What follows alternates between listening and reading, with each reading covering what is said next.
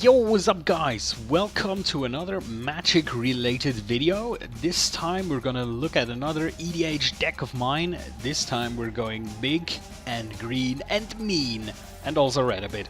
It's a green-red deck that is led by Xenagos, God of Revels. Xenagos, God of Revels, is of course one of the gods from the what is it called? The Therios block. So he shares a basic characteristic with all of these gods. He's, for one, indestructible. And also, as long as your devotion to red and green is less than 7, he isn't a creature. So this makes him a bit resistant to normal removal, so to speak. As soon as he becomes a creature, he will be easier killed, because minus effect exists, of course. So yeah, you gotta watch out for that. But we play him mostly for his third ability, which is, at the beginning of your combat on your turn, another target creature you control gains haste and gets +X until end of turn, where X is that creature's power. So basically you double the power of a creature at the beginning of your combat, and you gave it haste. So what this deck tries to do is to put out a massive creature and then rush in and deal a shit ton of damage, to say the least. So yeah, let's go over the cards real quick and see what we got. So we got a Battle Horn in here. It's a destroy target artifact effect when it enters the battlefield, attached to a 4/3 body, which I have a few of those. There's a cheaper way to destroy artifacts, but since it comes attached to a creature, it's actually super useful in this deck. The Brontotarium is a 5/3 trample beast with Provoke. I think Provoke is a very cool ability. It lets, whenever this creature attacks, you may choose a creature a target player, defending player controls, and then untap that creature, and it needs to block Brontotarium. So you can snipe enemy creatures with that thing, even if they're tapped, so that's cool. Next is the Color of the Pack. This is if you want to spread a little hate to everybody, because it has a Myriad, which is of course one of the newer commander-based abilities. It makes whenever this creature attacks for each opponent other than the defending player, you may put a token that's a copy of this creature onto the battlefield, tapped and attacking that player or a planeswalker he or she controls. Exile tokens at the end of combat. So this is really cool to spread the hate, but there needs to be something said about this. It doesn't really work with the Xenagos strategy, because even though you can pump your main guy to be 16-14, but the tokens that will get created are still 8/6, because these temporary effects cannot copy it, sadly enough. But yeah, it's still a good card. The card Chartooth Cougar. This is basically a creature that you can pump, and if you pump before Xenagos pumps, of course, it will double the amount of mana you put in there. So if you pump it for 5, Xenagos will push it for 9 in total, which is pretty cool. Creator Hellion, it's basically a little board wipe on a creature, which is always cool in this kind of deck. Elvish Piper, as most of you I guess know, cheating mana costs is one of the best effects in Magic, and this lets you cheat creatures from your hand onto the battlefield. So yeah, if this guy actually survives one turn, you can lay down some nasty stuff. Feral Animist, this one is a bit weird. It's a 2/1, and for 3 you can get it +X+O. And X is its own power, so it doubles its own power for 3. Too bad it is a 2/1, but I got some other cards in this deck, of course, to pump this kind of creature. So this guy can get out of hand quickly. We might do a little calculation at the end of this, but yeah, we'll see. Garruk's Horde, you play with the top of your library revealed, and if it's a creature card on top of your library, you may play it. So it gives you an additional hand card if it's a beast, and it lets you kind of know what you're gonna draw, which is always nice. Garruk's Pack Leader, it's a card draw engine, because pretty much everything you play is strength 3 or greater. The Gorklan Rampager. So this is one of these special creatures that I play in this deck. It's for 4, you get a 4/4 creature with trample. That's okay, I guess, but it has also Blood Rush. For red and green, I can discard this card, and then target creature gains +4/+4 and trample. So I can use this as a creature or as a pump spell. And the bonus of using this as a pump spell is, of course, it cannot be countered because you don't cast it. It's an ability, so to speak. So yeah, this makes it very situational. If I play against an opponent who kills a lot of my creatures, then I play this as a creature. If I play against a more control-oriented player with counter spells, then Blood Rush is the better option here. Idric Stormprowler, it's an artifact and an enchantment destroyer on a 4/4 body, which is nice. The Crossan Groundshaker, I might replace this one very soon. It's just a 6/6 beast that can make other beasts have trample. The Lacolith Titan, it basically incentivizes your opponent not to block, because every time it gets blocked, you can decide to prevent its damage and instead deal damage equal to its power to a creature that defending player controls. So he has to decide, do I chump block this and maybe lose one of my better creatures, or let it through and eat a lot of damage? The Nessian Game Warden, you can look for some beast, for some creature cards and put them in your hand when you play this. It's pretty nice. The Obsidian Scrap Melter, another artifact destroyer with a good body. The Plated Crusher, this one is pretty badass actually. I mean, it's trample hexproof, and with Xenagos it becomes 14/15 with trample hexproof and haste. It's pretty outrageous actually. Ravenous Baloth, this has saved me sometimes already because you can gain instantly life with this card, which is pretty nice. The Rubble Hulk, this one is pretty good. It's one of these Blood Rush creatures. Its power and toughness are the amount of lands you control, and for Blood Rush, 1 red-green, you can get a creature +X/+X, where X is the lands you control. So this can be a brutal finisher in the late game. Or you can put it down as a creature. The Savage Ventmaw, this is pretty neat. It's a 4/4 dragon that when it hits an opponent, or rather when it attacks, you gain 6 mana, 3 red ones and 3 green ones. Until the end of turn, this mana doesn't empty from your mana pool at the end of the steps and the phase end. So it carries over from combat phase into your second main phase.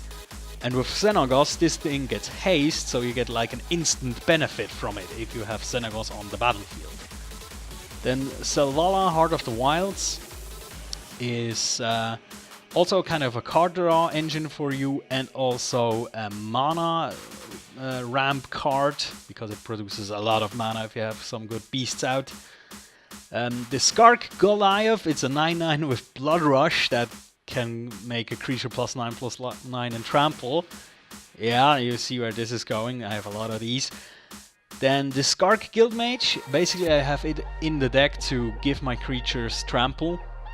It can also make a land into a 4/4 elemental creature until end of turn, but that's not really what I want him for. Although you can use this with Xenagos as well, but still. Then the Skargan Skybreaker. This is a cool card because it turns your Stompy attack deck into a burn deck all of a sudden. His abilities are Bloodthirst 3, so he can come into the battlefield as a 6/6, and for 1 you can sacrifice him and deal damage equal to its power to target creature or player. So pump him with Xenagos, get in for a bunch of damage, sacrifice him for 1 and deal again a bunch of damage. And you can blow out somebody hard with that. Slaughterhorn, it's a 3/2 with Blood Rush that makes things +3/+2, that's nice. Snapping Track, this is like the kind of the opposite, I think, of the Lacolith Titan, because with this you incentivize the opponent not to block it. it's kind of the opposite. Whenever it deals combat damage to a player, you may have it deal 3 damage to a target creature that player controls. So they will want to chomp block this unless they want to lose a bunch of creatures. The Spinebiter, this one is badass. It can finish a game in just a foul swoop, so to speak. It has Infect, and if you have just one other pump spell to get it up to 5 or more power with Xenagos, that's an instant kill because it will add 10 Infect counters. And there's no way to prevent this because you may assign its combat damage as though it were blocked. It's pretty badass. The Spire Spine, not so sure about this one. It's a bestow card, so you can attach this as an aura to a creature, and if the creature dies, it becomes a creature. So it becomes this 4/1, otherwise it makes a creature +4/+1. I'm not 100% sold on this. I need to play a bit more with it to see if it's worth. The Titanic Bulwark's also a thing I might replace. It's just a 7/4 with Trample and Morph. On the other hand, the Valley Rennet is a super good card. A 6/3, so with Xenagos that gets to a 12/9, and it has Mountain and Forest cycling, so in a pinch you can get some lands with this. Nice. Xenagos, we already talked about that. The Surtar Ancient. Now this thing can backfire horribly. If you play this at the wrong moment, you will hand the game to your opponents on a silver platter. So basically it doubles the mana that is produced by lands. And the problem, of course, is you will play this on your turn, and then all the enemies get to benefit from it before you. There's some exceptions though. For example, Elvish Pipering this thing in at the end of an opponent's turn is a pretty badass thing. Or there's some other actual possibilities that we have a look on later. But yeah, be careful with this one. The Surtar Druid, it's just a mana elf basically, but whenever it taps for mana it deals 1 damage to each opponent, so it's a bit of a mini poker. And for the last creature, it's a Surtar Swine, which is a 5/4 with Blood Rush that gives +5/+4. So more pumping. Instance, we don't have much. We have a Branching Bolt, so it's 3 damage to target creature with flying, or without flying, or both. Destructive Revelry, so it's enchantment and artifact destruction, and it deals 2 damage to that permanent's controller. Which is actually kinda important sometimes to lower somebody's life total a bit, so you can swing in with your massive creature and finish him off. Sometimes that will come into effect. The Gruul Charm, this is an awesome one. It has 3 modes, 2 of them are not so interesting. One is very interesting, so let's see if you can spot it. Creatures without flying can't block this turn, that's okay. Gain control of all permanents you own, alright. Or Gruul Charm deals 3 damage to each creature with flying. So obviously, gain control of all permanents you own. That is amazing. Basically it returns to your all creatures, all permanents that have been stolen from you will return to your control, which is amazing. Because there will be these control players that steal your big creatures and think they're so smart, and Gruul Charm will absolutely destroy them. Momentous Fall, this is a card designed to kind of counter the decks that play with heavy destruction and will destroy your big creatures, because it's an instant, and as an additional cost you sacrifice a creature. Then you draw cards equal to the sacrificed creature's power, and you gain life equal to its toughness. So if you pump something with Xenagos and they destroy it, and you can Momentous Fall that thing, that's like 12 to sometimes 40, 60 cards you can draw, and 40, 50 life you will gain. So yeah, it can blow out somebody pretty hard. Eldritch Evolution, you sacrifice something and get something bigger. It's pretty much that.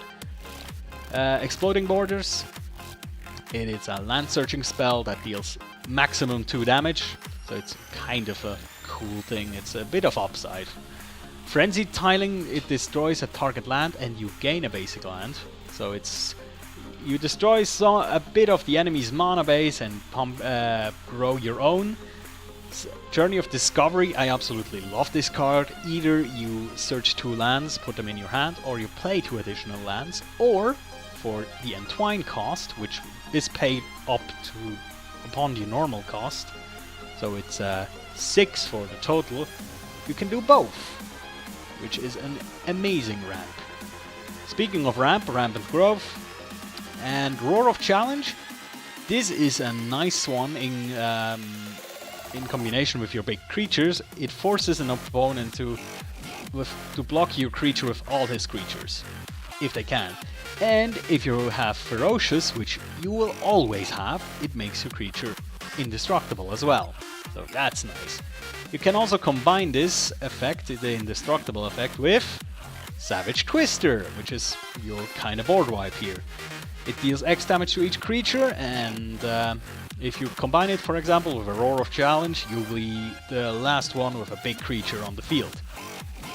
Sylvala Stampede, it's a super cool card. Basically, it's one of these vote cards from the Conspiracy block, and you vote for wild or free. For each wild vote, you basically reveal cards from the top of your library until you have revealed creatures according to the amount of wild votes, and then you can put these creatures into play. And for each free vote, you may put 1 permanent from your hand onto the battlefield. So the thing is, if you want to play this card, you have to be kind of prepared, because what I tend to see with this card is that the opponents mostly go for free votes, because they expect you to not have the best things in your hand, and they'd rather get something from a little pool of possibilities than from your library. So if you play this, have, I would say, at least 1 or 2 good cards in your hand that make this worthwhile. Subterranean Tremors is another board wipe that might leave you a big ass creature on the battlefield. The Torrent of Fire, it's, yeah, I got mixed experience with this one. It can take out a big creature because you have a lot of creatures with high converted mana cost. It can deal a lot of damage to a player, but I'm not sure it's really worth the card, so I might switch that out.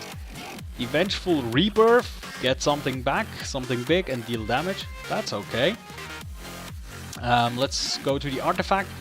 The Firewild Border Post, Gruul, Keystone, Keyrune, all mana artifacts basically. The Quicksilver Amulet, which is a Elvish Piper in artifact form. This is actually much more useful because it doesn't suffer from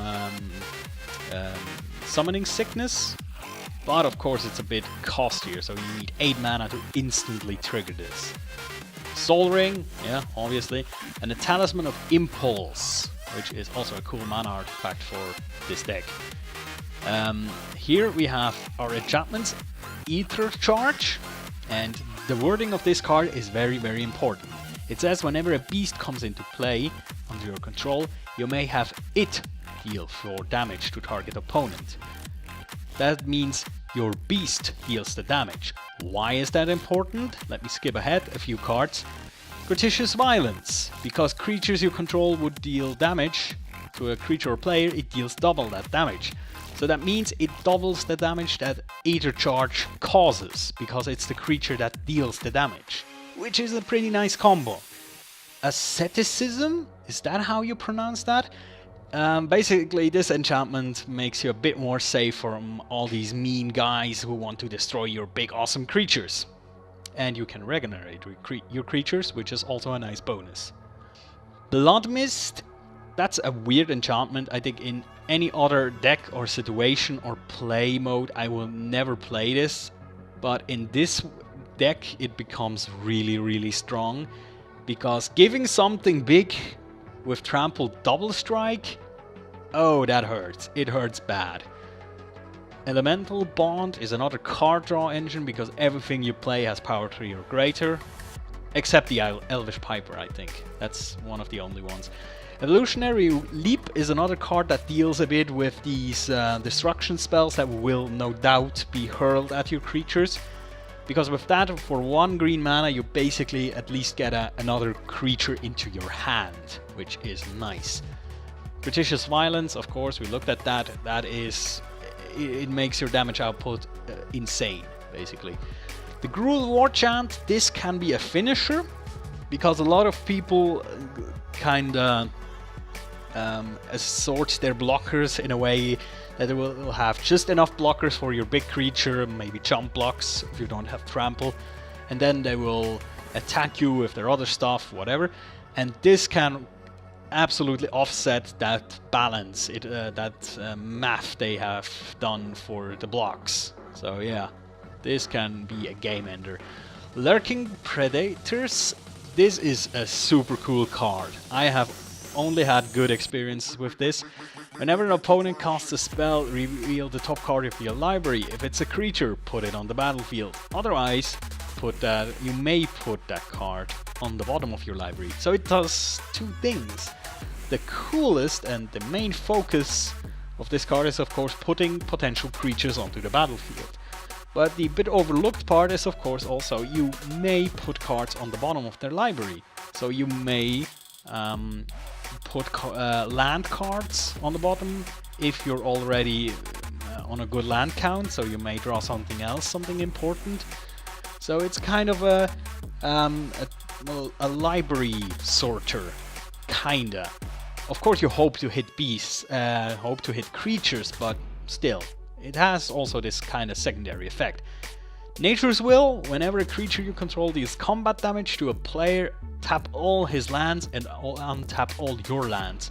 This will make you jump ahead quite hard. Then we have the Planeswalker, we have 4 of them. Arlene Chord. She is, I don't know, she's kind of meh, I feel. I might switch her out. She has basically the ability, why I have her in, is her flip side ability.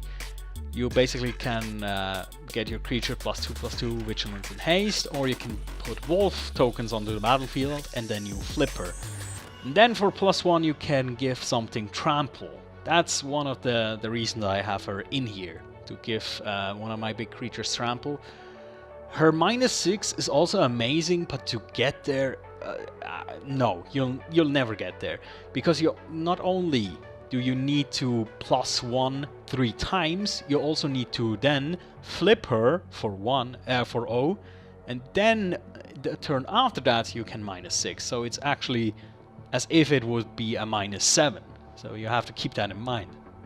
Not that you would ever get to that state. If your Planeswalker does not get killed, by then you win the game anyway. Sorry, that's just how it is.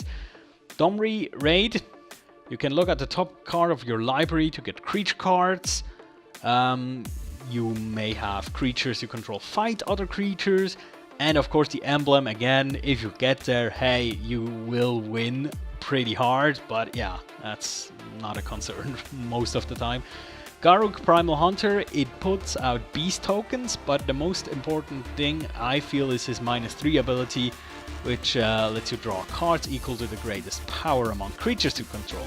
That of course is super combo with Xenagos, because you can use this in your second main phase, after you pumped your big creature. Of course, try not to go overboard with it, or else you will end up drawing your whole library. And also, weirdly enough, there is again Xenagos, the Reveler, so I have 2 of them in my deck, kinda. He gives you a lot of mana. The thing is, he gives you mana based on the amount of creatures you control. But for O, he can actually put in tokens. So he is kind of a weird diversification of my strategy. With him, I can go a bit wider and get more creatures instead of just 1 or 2 big ones. So yeah, it's kind of cool. Of course, his -6 is kind of cool if you manage to actually hit some good creatures with it, but again, it's a Planeswalker max ability and you probably will never get there. There's a lot of good lands here. I mean, most of them are just double lands or fetch lands of any kind of way. Only thing that is kind of worth mentioning, I suppose, is Skarg, the Rage Pit, which is a land that can give a creature trample and +1/+1, which is nice. So how many times can you double the damage with this deck? Is kind of a question I think some people ask themselves. Let's see, how many effects do we have? We have Blood Mist, that is kind of counts as double damage. We have Gratuitous Violence, which is, well, basically double damage. Then Xenagos' ability himself is kind of double damage. So it's these three effects basically. Of course, if you use a creature... Of course, if you have the Feral Animist as a creature, as a base creature, he can double his own power several times over.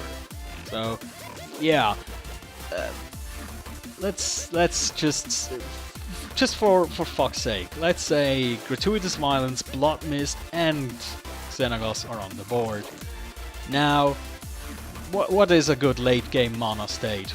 Let's say 12 mana. That's pretty fair, I would say. So 12 mana lets us pump this guy 4 times. So we jump from 2 to 4 to 8 to 16 to 32. Then we enter combat phase, which triggers Xenagos, which will make him +32/+32, so that's 64. Then it attacks. It deals double strike damage, so it deals 64 twice, which is 128. Then Gratuitous Violence, of course, triggers, which means it will deal a total of 256 damage. Youch, that hurts a lot, and it's instant, and ouch, that hurts a lot. And you know, you can play this and make it hasty and just smash. Although in this situation it wouldn't have trample, so it might not be the best example, but you see how crazy this deck can go. And with all your Blood Rush creatures, there can be these moments where you pump something to ridiculous amounts and just smash somebody into oblivion. So yeah, I think it's a pretty fun deck. It's a very smashy deck, not a lot of fancy stuff, not a lot of magic, just brutal creatures and hard knocks. What is this deck weak against? I see two kinda decks that this might struggle. First is decks that have excessive amounts of removal and instant removal or repeatable removal. So if somebody has a lot of these kind of instant kill spells that will just get rid of your creatures for over and over again, he will stall out the game so long that he will kill you in the end. Also, if he has like a repeatable kill or sacrifice effect, which is even worse, it might make you pretty much lose the game.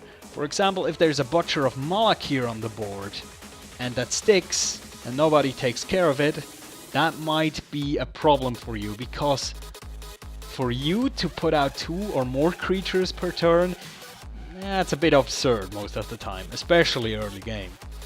So yeah, against this deck I think it might struggle, and also against control decks with a lot of bounce spells that can delay you and maybe, you know, with pacifism, delay your creatures, make them not attack and all this kind of stuff. Basically delaying you until you're dead. Because if you cannot get off with your creature in combat, you will not win. You need to get an attack through. That's your most important part. And if your stuff gets killed or denied, and it's pretty hard to actually get into a combat phase and excel.